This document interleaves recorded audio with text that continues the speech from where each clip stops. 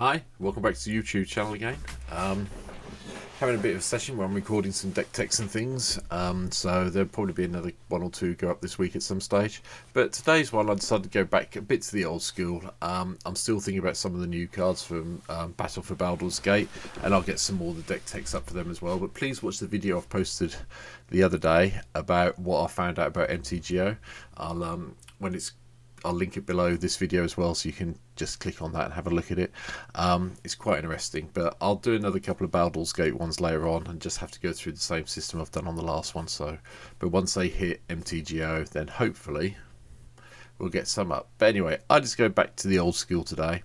Back in the day, one of the cards I always wanted to play against and own was this card I'm going to talk about today, to be perfectly honest.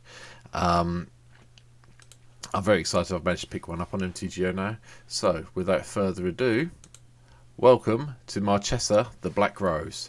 If you don't know what the card does, it's Grixis colours, so we're in blue, black, red today. So it's blue, black, red and a colourless mana for a legendary creature, human wizard. Has the ability Dethrone. And this is whenever this creature attacks the player with the most life or tied for the most life, put a +1/+1 counter on it. And it gives a really good ability, so it gives all our other creatures Dethrone as well, which I'm really quite excited about. And it also says whenever a creature you control with a +1/+1 counter on it dies, return that card to the battlefield under your control at the beginning of the next end step.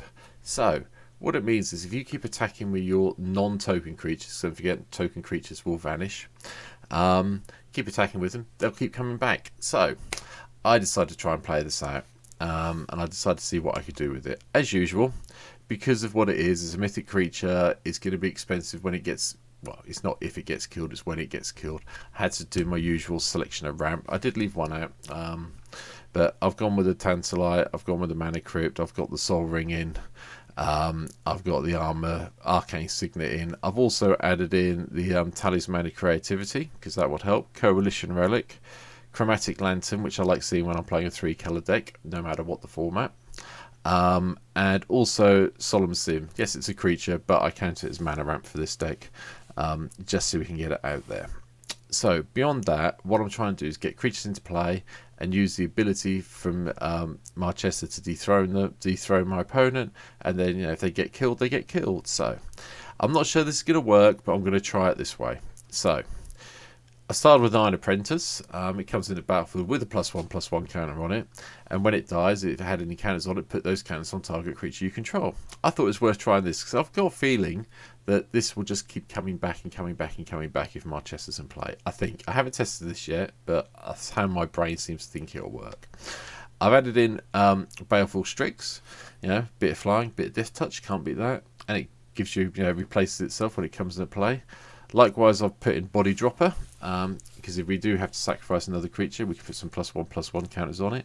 And, we can sacrifice another creature to put +1/+1 counters on it, and it gives it Menace until the end of turn. So that could be relevant in this format. I hadn't played Jury anywhere, Master of the Review, anywhere else. So I thought, well, it goes quite well with Body Dropper. Body Dropper will let me sacrifice things for 2 mana. If this is in play as well, it gets the same bonus. Might as well try it out. And obviously, if I've got Marchesa in play, this has got +1/+1 on it. When it dies, it's going to come back again. So maybe it's a little bit of repeated damage. Again, I'm not sure, but we'll be trying it out at some stage and see. I put the Reclusive Painter in. I'm sure everyone's seen enough of this guy recently. Some of the decks have been running around standard. But, the treasure token's nice. Sack the treasure token. Do something with it. It puts the creature into play with a +1/+1 counter on it. It could help. Also, there's a few new companion cards in here, so I want to try some bits and pieces out, which I thought would be fun. So, Rafine Silencer's next. It convives when it comes in, it puts +1/+1 counter on it. If it gets killed, it gives a creature -X/-X. Assuming Marchesa's in play, it'll come back again, convine again, so on and so forth. So, we'll see how that goes. I put in Shakedown Heavy. I had a slot left when I finished building the deck. I quite like Shakedown Heavy. I think it's a fun card. 3 mana for 6/4 Menace, and whenever it attacks, if a defending player may have you draw a card. If they do, they untap it and remove it from combat. That's fine. Bribe my creature by giving me a card. I've got no issue with that. Went to Drana, Liberator of Malakar as well. First strike, flying vampire creature. Vampire bit's irrelevant. It's the flying and first strike, and the second ability is what I'm interested in. When Drana deals combat damage for a player, put a +1/+1 counter on each attacking creature you control. So you're attacking, even if you're not attacking the highest life person to the dethrone to trigger, you're going to get +1/+1 from this 9 times out of 10. Which then means if anything dies, they come back. I've chucked Liliana in. There's a few planeswalkers in here. Sorry, small pause there while I was yawning. There's a few planeswalkers in here. I put Liliana in. I've picked one up. I can't remember where I got it from though, but I picked it up from somewhere. I thought, oh, it's worth a try and we'll see what happens. So I've chucked her in for now. Combat Celebrants here. I thought that'd be quite nice. We can get it to attack and exert it and get a +1/+1 counter on it. It'll bring it back, so we keep getting some more combat steps with a bit of luck. Krenko gets the +1/+1 built into it, and it gives you some more creatures, which again I thought was beneficial.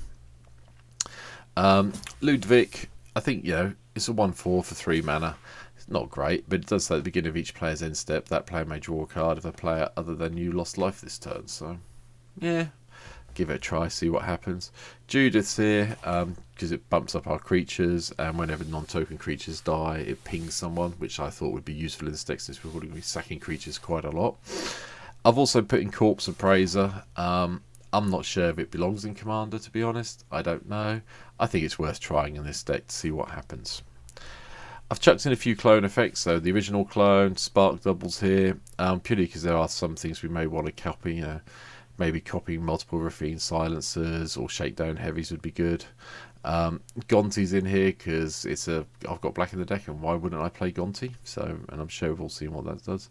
Same with Atushi, the Blazing Sky. I love these dragons. I keep saying this in a lot of the videos recently. You're probably fed up of hearing me say it, but they're in. Treasure tokens, sacrifice things. I've chucked in Hostage Taker. Might help deal with some annoying things.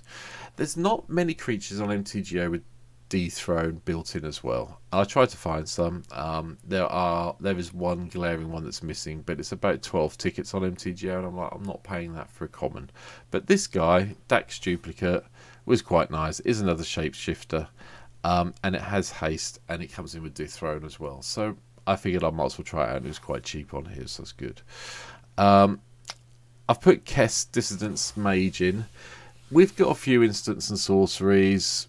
Are there things we're going to recast? Maybe, Cyclonic. Well, I'll go through them in a bit. Cyclonic Rift springs to mind. Terminate. Go for the throat. Maybe. I'm going to try it. At the end of the day, it's a 3/4 that flies for the same casting cost as our general, so I feel it's worth running. Solemn I've already spoken about. I've got Krav the Unredeemed in here. It gives it another way of sacrificing creatures. And it puts +1/+1 counters on itself when you do so. So we gain some life, we draw some cards, so can't complain too much. Another one of the Neon Dynasty Dragons. Junji the Midnight Skies here. Yeah, okay, I've said enough about them in all the videos. Eloise Nephin Sleuth gives us lots of investigate ability, which is quite nice. And we can, if they're in play, we can sacrifice a token and surveil one, which is quite a nice way around things. Consecrated Sphinx. It's got blue in the deck. Why wouldn't you play it? It's just like no brainer. Likewise, Grave Tying from my point of view. I play Grave Tying in any black deck I can get hold of. The next creature that I found that's got Dethrone is Scourge of the Throne.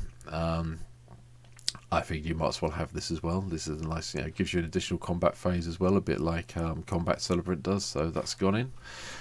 Deathbringer Thopter. It's an unusual card. It's not one I would normally play in MTGO, but it does put +1/+1 counters on itself when another creature dies, and you can remove a +1/+1 counter from it to ping things. I figured it's worth trying with the amount of stuff we've got going on. Cedrus, the Traitor King. I just played it because it was a Grixis creature, to be honest. I forgot about the Unearth ability. Is Unearth worth it? Yeah, maybe. Is it going to give us something back? Yeah, it could do, but it's a 5/5 at the end of the day. I figured it's worth trying out. I've also added in Deathbringer Regent. It gives us a bit more removal, and if you cast it from your hand, as you say, there are 5 more other creatures on the battlefield, destroy all other creatures. I figured it's worth putting that in. 7 mana is a little bit high, but we'll give it a go and see what happens. One of the things you probably can see from here, I've put all 3 of the nickel bolus planeswalkers in. You're playing Grixis, you might as well have a nickel bolus or 2 or 3 in this case in. I thought I'd give it a try and see what happened from the planeswalker point of view. As for instants and sorceries, Blasphemous Act to wipe the board, Brass's Bounty to give us things we can sacrifice from treasures, Crux of Fate's here, and Cunning Strike is here, Prophetic Bolt's here, gives a bit of card draw, Hostile Takeover, I thought I'd try that as well from the Streets of New Capenna.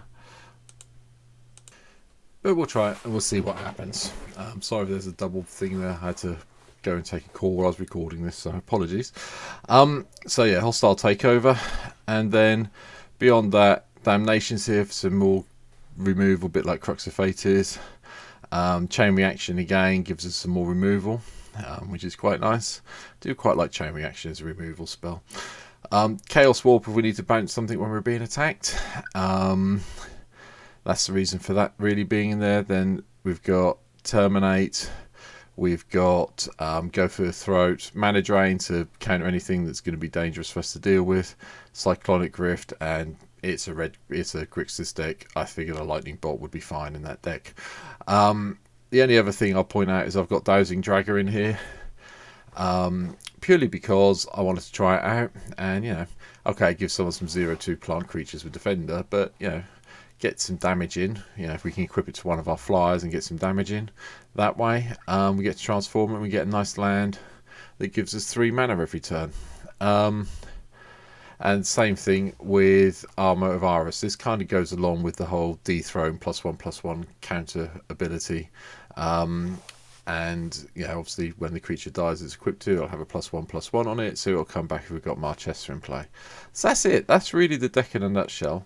I'll be trying out on stream some stage this week, so come and check me out. I should be streaming on Tuesday, Thursday evenings in the UK time, about 8 o'clock each night, and then Sunday afternoon as well. But it'll be played at some stage this week, so I hope you've enjoyed this little breakdown. Like I say, it's an old school card. It's one of the older ones. I call it, well, that's what I call old school anyway. So I'll be trying out. Oh, I didn't do the lands, sorry, just remembered. Usual selection of lands, Command Towers there, Crumbling Necropolis is there, loads of blue, red, black dual lands, Fabled Passage. We've got a couple of each of the basics, Field of the Dead's in there, Field of Runes in there as well, and everything else along with Reliquary Tower, just in case we do get everything bounced back to our hands, we don't have to discard anything, and Path of Ancestry just to help with the plus, yeah, the scrying through the creatures. And I've also dropped in Temple of the False God, because we do have some stuff that gets quite expensive towards the end of the deck, so that may help by the time we get there. Sorry, you know, I forgot to do one of the things I was talking about, so that's where we are. Anyway, I hope you've enjoyed this deck tech. It'll be, like I say, up on stream. Have a look below, and I will see you in the next video that I do on YouTube about another deck tech or gameplay. So thanks for watching this, take care, and bye.